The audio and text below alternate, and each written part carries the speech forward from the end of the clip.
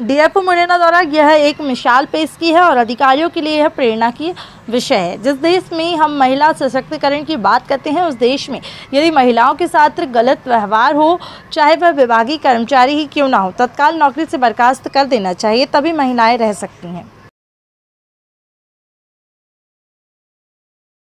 Sir नमस्ते। अभी देवकांत कतरोलिया नाम के आपके विभागीय कर्मचारी थे, उस पर आपने अच्छी कार्रवाई करते हुए एक अनुकरणीय डिसीजन लिया है सर। तो बताइए थोड़ा सा, देवकांत कतरोलिया कौन थे, क्या काम करते थे? देवकांत कतरोलिया 2018 से वन विभाग में कार्यरत थे।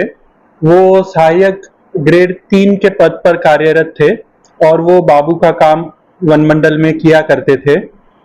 उनके द्वारा बाकी जो सहकर्मी महिलाएं हैं उन पर अभद्र भाषा में टिक्का टिप्पणी करना या फिर भोपाल मुख्यालय कुछ झूठी बेनामी शिकायत भेजना और वो शिकायत के आधार पर महिलाओं को ब्लैकमेल करना, ये सब हरकतें की जा रही थी।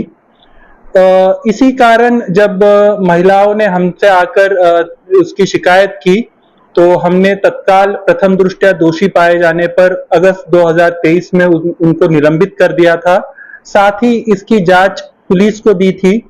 साइबर पुलिस द्वारा जो भी सबूत है वो इकट्ठा करके ये सिद्ध पाया गया कि जो भी शिकायतें भोपाल भेजी है जिसमें अनर्गल अभद्र भाषा का प्रयोग किया गया है, तो इस अमर्यादित भाषा के शब्दों की शिकायतों की पुष्टि होने के बाद वो दोषी पाए गए और उसके बाद हमने उनको सेवा से बर्खास्त कर दिया गया है, क्योंकि राज्य शासन, केंद्र शासन और हमारा पूरा समाज एक महिला सशक्तिकरण की बात कर रहा है और महिलाओं को आगे लाने की बात कर रहा है। और अगर ऐसे लोग शासकीय सेवा में कार्य करेंगे तो जो हमारा सपना है जेंडर इक्वालिटी का, वो एक सपना ही बनकर रह जाएगा।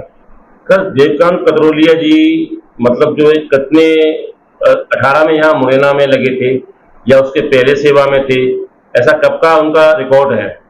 उनका वन मंडल में तो 2018 से ही रिकॉर्ड है और तभी से वो कार्यरत थे।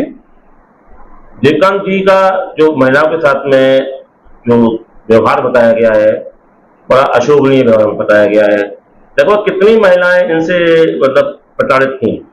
4-5 महिलाओं ने तो हमारे पास आके शिकायत की थी और हो सकता है कई बार होता है कि कुछ महिलाएं शिकायत नहीं करती या उससे झिझकती है, तो ये आंकड़ा ज्यादा भी हो सकता है।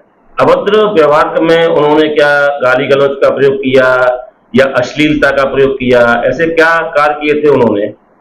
उन्होंने अभद्र में गलत भाषा का प्रयोग, गाली गलौज का प्रयोग, ये सब उसमें इन्वॉल्व थे। क्या छेड़खानी भी था क्या उसमें? छेड़खानी का मामला तो ऐसे डायरेक्टली रिपोर्ट नहीं हुआ है, पर जैसे अभद्र भाषा था, गाली गलौज था, इनके मामले हमारे सामने आए हैं।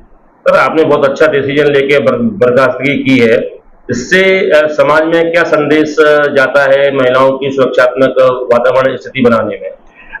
इससे पूरे समाज में एक लाउड एंड क्लियर मैसेज जाता है, जो कि हमारे राज्य शासन और केंद्र शासन की भी हमेशा से नीति रही है कि हमें महिलाओं का सम्मान करना चाहिए और उनके खिलाफ जो भी कुछ गलत हरकतें करते हैं तो हमें एक समाज के तौर पर एक होकर उनके खिलाफ कार्रवाई करनी चाहिए।